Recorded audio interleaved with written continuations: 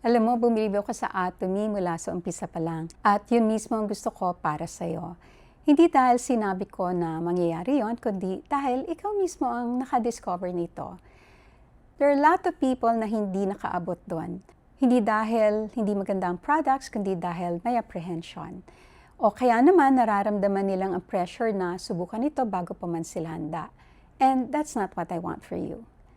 Ang Consumer Challenge is very simple. Ito ay isang honest na assessment from your own experience dahil ginagamit mo ang mga products. Para sa mga gustong magdesisyon ng maingat, dito ka magsimula. Dahil ang Atomy ay hindi tungkol sa pagbebenta. Ito ay tungkol sa pag-share.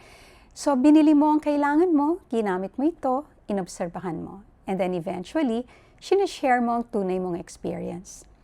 Yun lang. Yun ang buong idea. Walang pressure sa pagre-recruit. Wala ring pressure na mag-perform. Ikaw lang at ang mga products and your own honest conclusion. At kung may produkto kang makita na gusto mong subukan, maaari mo lang ako i-message para makabili ka ng mga products sa Atomy. Kailangan ng membership. Free lang ito at walang obligasyon. Kaya wala kang kailangang worries.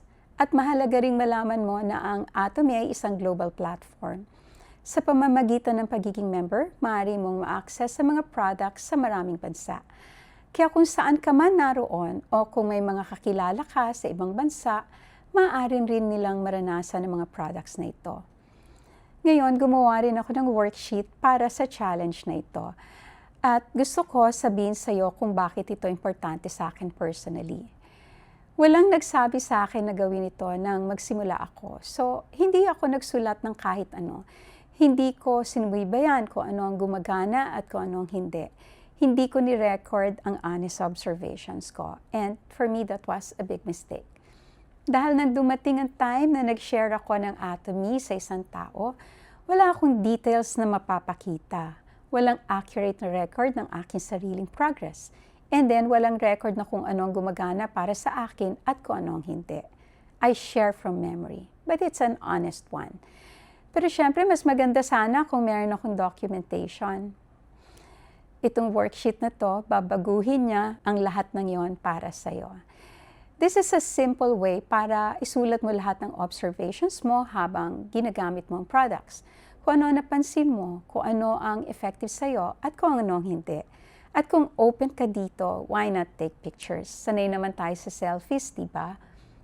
Before and after photos, mga changes sa balat, level of energy, kahit anong mapansin mo.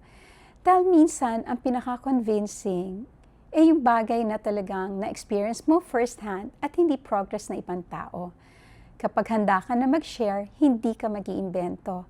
You tell them based on your own honest records and experiences. May documentation, may record of evidence. And yan ang best way to build trust. At habang ginagawa mo ang consumer challenge na ito, maglalabas din ako ng real conversations. Mga usapan tungkol sa Atomy, mga tanong, mga doubts, mga observations, at mga tunay na experiences.